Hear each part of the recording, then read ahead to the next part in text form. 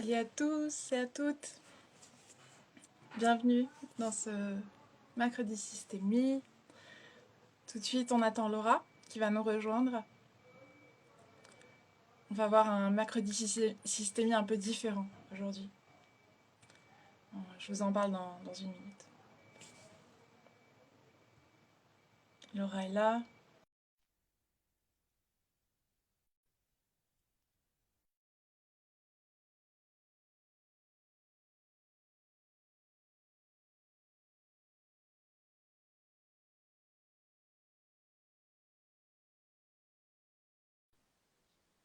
Coucou!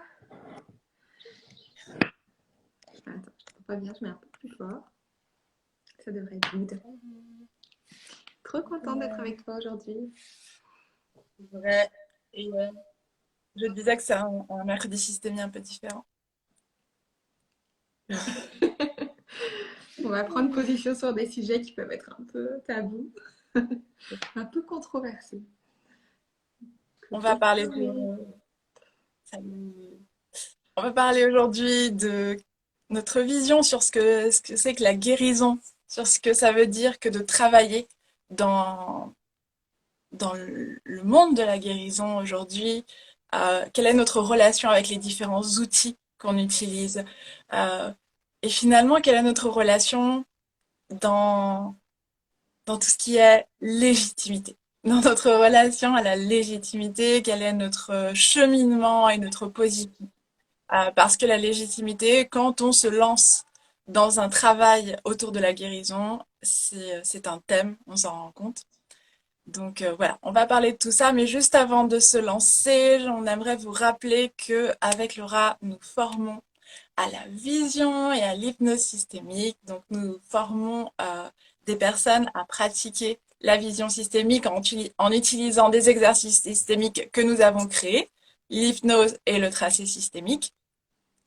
Si vous voulez découvrir ces outils, on fait des démonstrations 2 fois par mois. Une démonstration d'hypnose, une démonstration de tracé tous les mois. Et on est en train de faire maintenant aussi des séances collectives de guérison autour de certains thèmes spécifiques. En février, on a travaillé la légitimité avec un groupe de personnes. Toutes ces démonstrations et séances sont gratuites. Elles sont vraiment là pour que vous puissiez découvrir la vision systémique, si vous ne la connaissez pas, ou une, euh, une version de la vision systémique, une autre version. Euh, et bien entendu, les outils que vous puissiez expérimenter avec tout ce qu'on a à transmettre. Pour vous inscrire, il vous suffit d'aller sur le site de Laura dans la partie hypnose systémique et de vous inscrire aux différentes activités.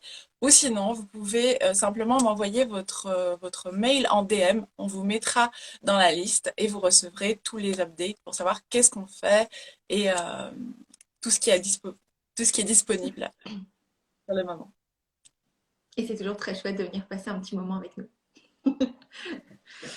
On commence par le sujet de la guérison, peut-être déjà, quelle est notre vision de la guérison? Est-ce que tu veux commencer ou est-ce que je commence? Euh, je peux juste dire, donc la première question qu'on s'était posée, c'était qu'est-ce que la guérison selon nous? En constellation, je peux donner une définition que j'ai appris en constellation. En constellation, on va parler que la guérison, elle se passe quand on a une intégration des polarités, quand on a une réconciliation. C'est la réconciliation qui va ouvrir une porte. Vraiment, dans la métaphore, tout ce qui se réconcilie ouvre une porte par laquelle peut entrer l'énergie qui alimente la vie. Donc, dans cette perspective, la vie même va créer des, des polarités, va créer cette division pour que plus tard, il y ait une possible réconciliation. Et alors, quand on a une intégration, une réconciliation, une porte s'ouvre et on a cet afflux d'énergie qui alimente ce que l'on est, qui alimente la vie même. Est-ce que du coup c'est la vision que toi tu as intégrée, qui te convient, avec laquelle tu matches de la guérison? Je crois que oui. Je crois que oui. Je crois que tout ce qui nous amène à... Quand on parle d'intégration, on parle d'appartenance une fois de plus. Donc de dire oui à tout ce qui a été exclu, de dire oui à tout ce qui a été nié ou qui est nié. À chaque fois qu'on fait un pas sur ce chemin d'assentiment, on parle d'assentiment ici en constellation, c'est-à-dire que dire oui à la vie telle qu'elle est. À chaque fois qu'on fait un pas dans cette direction, il y a vraiment une transformation qui se passe et c'est une transformation qui va dans la direction d'une unité. Et pour moi, oui, c'est ce que j'appellerais de la guérison. J'aime beaucoup ta vision du coup. Euh, pour moi, le mot guérison a trop de connotations qui ne me conviennent pas, donc j'ai du mal à l'utiliser. Tu vois, pour moi, il y a, rien que de se dire guérisseur, ça amène de la pression et ça sous-entend qu'on promet un résultat. Et tu l'as dit dans la dernière newsletter, il y a une différence entre être accompagnant thérapeute ou être coach. Les coachs promettent une guérison ou un résultat en tout cas. Euh, nous, on- j'estime qu'on ne peut pas promettre de résultat à partir du moment où on travaille avec l'esprit des gens en fait. On n'est pas chirurgien, tu vois. Les gens, ils viennent pas, ils prennent rendez-vous et savent qu'ils vont sortir avec le cœur guéri ou tel organe rétabli. On ne peut pas promettre que les gens viennent avec telle problématique et qu'ils repartent tout neuf. Déjà parce que ça voudrait dire qu'ils remettent leur pouvoir entre nos mains et qu'on les sauve. Euh, et parce que c'est faux, surtout. C'est une conséquence qui est possible et qui est souhaitable, bien sûr. Euh, mais ça passe des fois par d'autres étapes. Et comme ce que tu disais, ça passe par l'intégration. Et peut-être que dans, dans l'inconscient collectif, on ne perçoit pas la guérison de cette manière. Et quand on va voir un thérapeute, on s'attend à ressortir tout neuf sans la problématique avec laquelle on est venu. Et donc ça, c'est pas complètement OK pour moi. Je préfère nous voir comme des guides, comme des accompagnants. Tu vois, un petit peu comme un guide de haute montagne. Il va accompagner son groupe, il va marcher le chemin avec son groupe, mais il va pas marcher le chemin à la place de son groupe. Et j'ai l'impression que c'est un petit peu ça notre rôle à nous aussi. Et si on se positionne comme ça, comme des accompagnants, comme des guides, comme des gardiens d'un espace, on ouvre un espace pour les personnes pour qu'elles puissent reconnecter avec leur propre sagesse. Et c'est en se reconnectant à sa propre sagesse finalement que la guérison peut aboutir, peut se présenter. Et donc, je pense aussi que c'est cette position ou cette posture des fois du thérapeute ou de l'accompagnant, parce que même pour lui, finalement, son rôle n'est pas très bien défini dans sa tête. Euh, il va percevoir les attentes de l'autre personne à le sauver, à ce qu'il soit guéri en sortant de son cabinet. Et ça va créer beaucoup de pression, beaucoup de stress, beaucoup de syndrome d'imposteur. On va avoir peur d'être pris pour un charlatan si la personne ressort sans avoir réglé complètement sa problématique. Et des fois, on peut régler une problématique à des niveaux subtils et pour autant, la personne va être attachée dans la matière à une habitude et ça va prendre un petit peu de temps avant qu'elle arrive à s'en défaire. Et c'est un vrai choix. C'est pas juste le thérapeute va me guérir et il va me régler cette addiction, par exemple, ou cette phobie. Est-ce que moi, je suis prêt à lâcher cette addiction réellement au quotidien? Et du coup, ce rôle d'accompagnant et de guide va permettre de remettre la personne au centre de sa propre guérison, de son propre chemin. Et c'est plutôt de lui redonner les clés, de lui montrer qu'elle a déjà accès à cette sagesse, qu'elle a déjà accès à toutes les ressources et de la reconnecter avec sa conscience supérieure, avec sa propre sagesse finalement. Euh, du coup, c'est plus léger pour nous et c'est plus léger aussi pour la personne, même si des fois ça peut être frustrant quand on n'est pas prêt à prendre ses responsabilités. Mais je trouve que ça amène une perspective différente aussi de notre rôle et de notre rôle aussi en tant que personne, en tant qu'individu, euh, parce que tout le monde a des problématiques. Euh, et en fait, on a déjà les ressources en nous. C'est juste d'accepter de prendre cette responsabilité. Et des fois, on a besoin d'un facilitateur, c'est vrai, parce qu'on ne connaît pas le chemin, on ne sait pas comment faire, on ne sait pas comment avoir accès à ces ressources.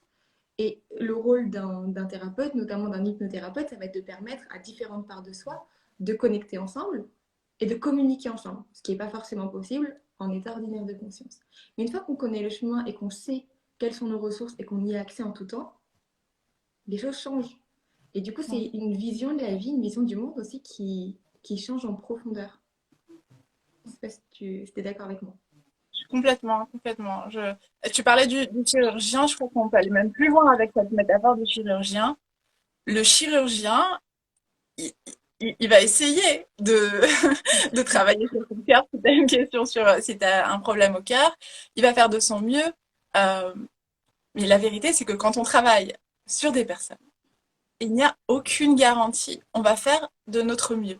Et une personne qui a besoin d'une chirurgie au cœur, euh, elle a tout son système, tous ses systèmes, différents systèmes, le système sanguin, le système respiratoire, le système qui vont être impactés par ça. Et donc l'état de ton foie, par exemple, peut avoir un impact sur ce moment chirurgical dans lequel on était censé travailler le cœur. Ta posture et ton mental a un impact sur la chirurgie. Et donc, c'est vraiment la vision systémique. On est inclus dans plein de systèmes. Et on le voit quand on fait une démonstration d'hypnose systémique. On voit que parfois, bah, il y a une question qui est liée aux ancêtres et qui est aussi liée aux vies antérieures. Et donc, nos problématiques sont inclus dans plein de systèmes différents. Et donc, on n'est pas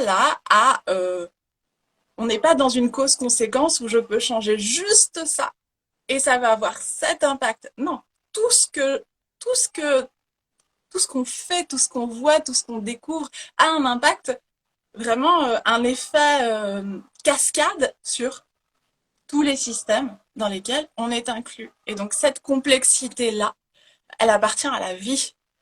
Et on a besoin de reconnaître en fait la grandeur de, du travail qu'on fait et, et cette complexité qu'on ne peut pas contrôler et qu'on ne veut pas contrôler. Et ça demande aussi beaucoup d'humilité finalement de se mettre dans cette posture-là. Complètement. Complètement. Euh, et peut-être que là, on en vient justement à l'idée. Tu en as parlé un petit peu, mais si tu devais résumer, alors, je ne sais pas si tu entends. Il y a une manifestation sous ma maison. Je vais mettre mon écouteur pour voir si ça va mieux. Mes écouteurs. Mais peut-être que toi, tu peux commencer par dire, avec tout ça, finalement, si tu devais résumer le rôle de l'accompagnant. Alors, t'aimes pas le mot guérisseur. Euh, quel est notre rôle, en fait, à nous, quand on fait des hypnoses? Je crois que c'est quelque chose auquel même nous, des fois, avec lequel on a des fois perdu le contact. C'est vraiment cet espace, ce rôle finalement de gardien d'une sagesse, de leur sagesse finalement, enfin, d'une sagesse ancestrale, peu importe, mais de tenir un espace qui va être sacré et de remettre ce sacré au final, vraiment au centre en fait de ce qu'on fait parce que, et je parle pas du sacré dans le sens quelque chose de perché, mais quand on travaille avec l'humain, quand on travaille avec du vivant, c'est sacré. Et souvent, en thérapie, on a l'habitude d'enchaîner les consultations, etc. Les gens viennent, ok, ils ont une problématique, je fais mon job, tu pars, finito. Tu vois, c'est un peu ça. Et finalement, est-ce que on ne pourrait pas vraiment honorer les personnes qui viennent nous voir, honorer leurs problématiques, se mettre dans une posture vraiment d'observateur, d'accueil, de facilitateur, leur envoyer beaucoup d'amour et faire de son mieux en fait pour que la personne ressorte avec le plus de clés possible. Euh, ouais, juste qu'elle se sente mieux en fait. Peut-être leur apporter un peu plus de mieux-être, mais tout ça vraiment dans le respect total du vivant, de la personne qui vient nous voir, pas en méprisant les personnes qui viennent nous voir en fonction d'une problématique ou d'une autre, de son attitude, voilà, même de sa responsabilité vis-à-vis d'elle-même, mais vraiment juste en prenant les gens tels qu'ils sont et en mettant beaucoup de respect dans ce qu'on est en train de faire. Et même d'honorer son propre rôle, en fait, en restant dans cette posture humble de je vais pas guérir les gens, en fait. Je vais pas, c'est eux qui vont se guérir tout seuls. C'est eux qui ont pris la décision de venir et c'est eux qui sont prêts à voir ce qui a besoin d'être vu. C'est eux qui sont prêts à faire le travail nécessaire. C'est juste que je vais faciliter cet espace pour eux. Je dirais que c'est ça pour moi. C'est peut-être un peu Ouais. flou, mais c'est vraiment l'essence de mon métier, pour moi. J'aime beaucoup cette idée de sacré. Je crois que on confond beaucoup justement le sacré avec le religieux. Euh, ce, cette vision de ce qui est humain comme sacré. On pourrait en faire tout un live, on pourrait voilà, en discuter davantage. Euh, mais je crois que pour moi, ce qui est au centre, c'est ouvrir l'espace pour voir ce qui a besoin d'être vu. Pour moi, le rôle de n'importe quel euh, guérisseur, voilà, c'est ouvrir l'espace pour voir ce qui a besoin d'être vu. Et donc, on ouvre l'espace, on, on permet à ce que la personne puisse entrer en contact avec ce qu'elle a besoin de voir en elle, finalement. Et on peut lui donner des clés pour gérer ça après, pour réagir, pour faire quelque chose de ça. Mais c'est au centre, je crois, de ce qu'on fait. Tu parlais de grand respect envers les consultants et tout. Je suis totalement d'accord avec toi. Et je crois que j'ai envie de le dire, ça ne veut pas dire qu'on y arrive 100% du temps. Euh, cette posture de grand respect et de reconnaître à chaque fois la place et le rôle de la douleur de chacun, c'est un exercice. C'est un exercice parce que justement, on vient d'une perspective autour de la guérison qui est très matérialiste, qui est vraiment comme le chirurgien. Finalement, les gens viennent parce qu'ils pensent qu'ils ont le cœur cassé, qu'ils ont quelque chose qui cloche en eux. Et donc, c'est OK, quelque chose qui cloche en moi, je veux corriger. Et donc, si on corrige pas, dans cette perspective matérialiste, on ne fait rien. Parce qu'on est aussi dans une optique très du masculin. C'est-à-dire que j'ai besoin de faire pour que ce que je fais ait de la valeur. Être témoin de quelque chose, ça n'a pas de valeur parce que c'est trop passif. Donc, on se concentre finalement sur les techniques. Quelle est la technique que je vais utiliser parce que c'est la bonne technique pour corriger ce qui est à corriger chez les gens. Euh, et on oublie la partie la plus importante qui est pour moi justement cette partie de réceptivité, de passivité. Et justement, ce lien avec les outils, c'est quelque chose dont on a beaucoup parlé avec Laura dernièrement. On a des personnes qui viennent nous voir qui se sont déjà formées à 1000 outils différents et qui cherchent un énième outil. Parce qu'il y a cette sensation il manque encore quelque chose, je suis pas encore légitime, j'ai pas encore, ces outils sont pas suffisants. On peut parler un petit peu de notre relation à ça. Comment tu l'as vécu, toi, tout ça? Alors moi, je peux pas jeter la pierre puisque j'ai fait la même chose. J'ai clairement consommé de la formation pendant ces 3 dernières années. Je me suis formée à beaucoup de choses, à beaucoup d'outils. Et en fait, je dirais que ce que ça m'a apporté, c'est surtout une grande richesse de vision. Parce que chaque outil, chaque école va avoir sa propre vision du monde, sa propre perspective, sa propre façon d'aborder les choses. Et aujourd'hui, il y a des outils que j'utilise au quotidien, d'autres que j'utilise plus du tout, certains qui m'ont inspirée. Mais je crois que j'ai vraiment pris l'essence en fait de chaque méthode, de chaque courant, de chaque école, et que ça m'a permis de voir qu'il n'existe pas juste une vision du monde, qu'il n'existe pas, ouais, que j'aime me nourrir de plein de choses différentes, que ce soit de la psychologie, de la neuroscience, qui voit des choses un peu plus terre à terre et cartésiennes, autant que de d'autres courants qui vont être beaucoup plus j'ai pas trop envie d'utiliser le mot quantique, mais pour autant, je me suis quand même formée au cerveau quantique, etc., à tout ce qui se passe de façon plus subtile et peut-être invisible aussi dans le monde.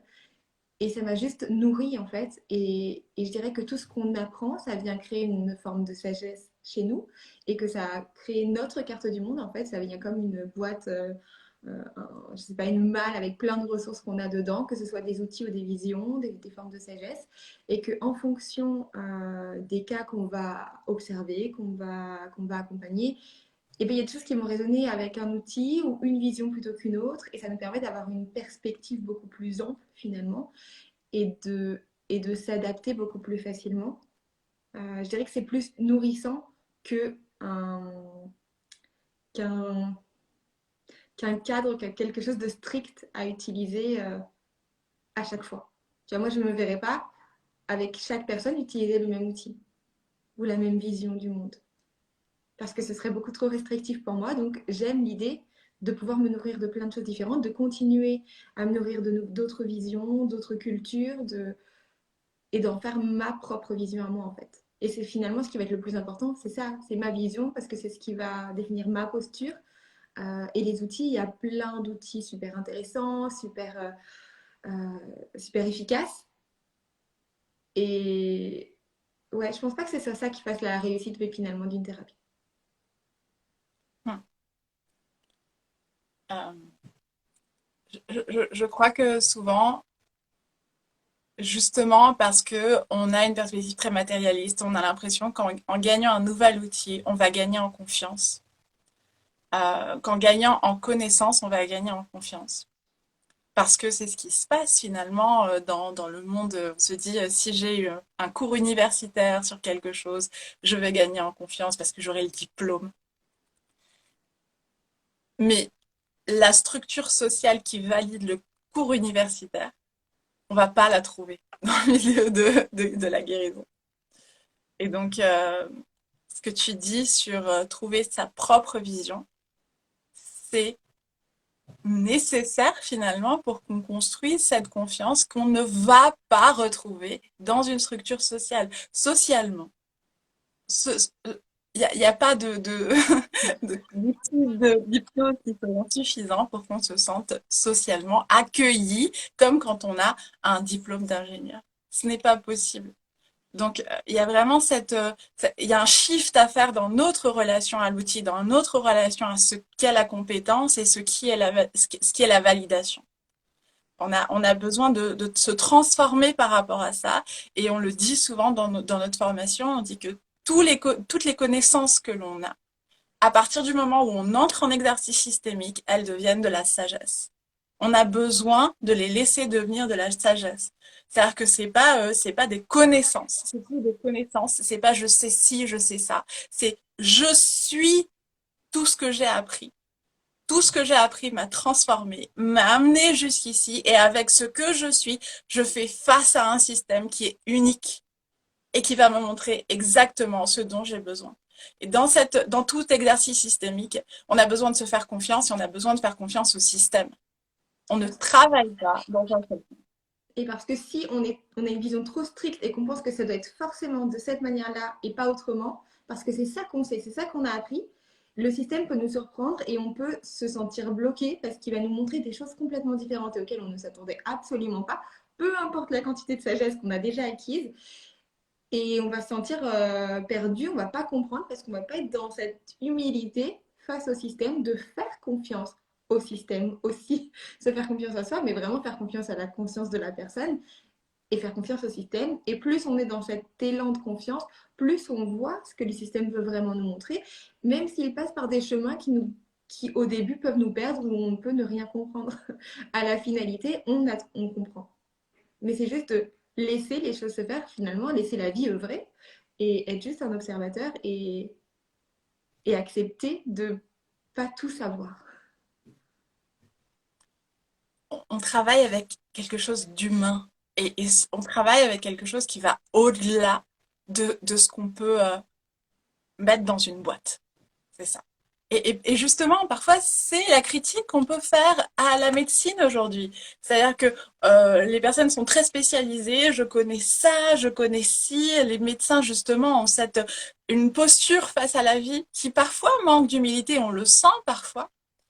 C'est pour ça aussi que la médecine va aujourd'hui de plus en plus vers une perspective plus holistique. Les médecins les plus modernes veulent comprendre aussi qu'ils ne travaillent pas avec juste un système sanguin, ils travaillent avec l'humain et l'humain peut nous surprendre. Le physique aussi, la partie physique aussi peut toujours nous surprendre. Et donc on doit cultiver cette posture dans laquelle on travaille à quelque chose qui est plus grand que nous. Et pour les personnes qui nous regardent, si vous avez envie de partager quelque chose, de nous donner, partager votre vision, allez-y. Ce, ce live va durer un peu plus longtemps que d'habitude. On essaie de se tenir à 10-15 minutes. Bon, là, on a débordé, on s'est emballé. Mais ouais, quand les sujets nous passionnent, des fois, c'est difficile de s'arrêter. Bon, on peut s'arrêter alors et juste vous rappeler à tous ceux qui ont suivi et qui sont encore là que nous faisons avec Laura, donc nous formons à la vision et à l'hypnose systémique. On forme à la vision systémique et aux exercices systémiques que on a créés, le tracé et l'hypnose systémique. On vous enseignera aussi des exercices avec le corps qui nous viennent des constellations. Donc finalement, quand on se forme euh, avec nous, on explore différentes voies pour travailler la vision systémique avec les consultants. Nous faisons des démonstrations 2 fois par mois, une démonstration d'hypnose, une démonstration de tracé systémique. Venez voir tout ça, découvrir tout ça. Vous pouvez peut-être, vous, être le volontaire qui vit une hypnose systémique ou qui vit un tracé systémique. Pour vous inscrire, allez sur le site de Laura dans la partie hypnosystémique et vous pouvez vous inscrire directement ou vous pouvez m'envoyer directement votre mail en DM et on vous enverra tous les updates. Eh bien, à la semaine prochaine. Bye.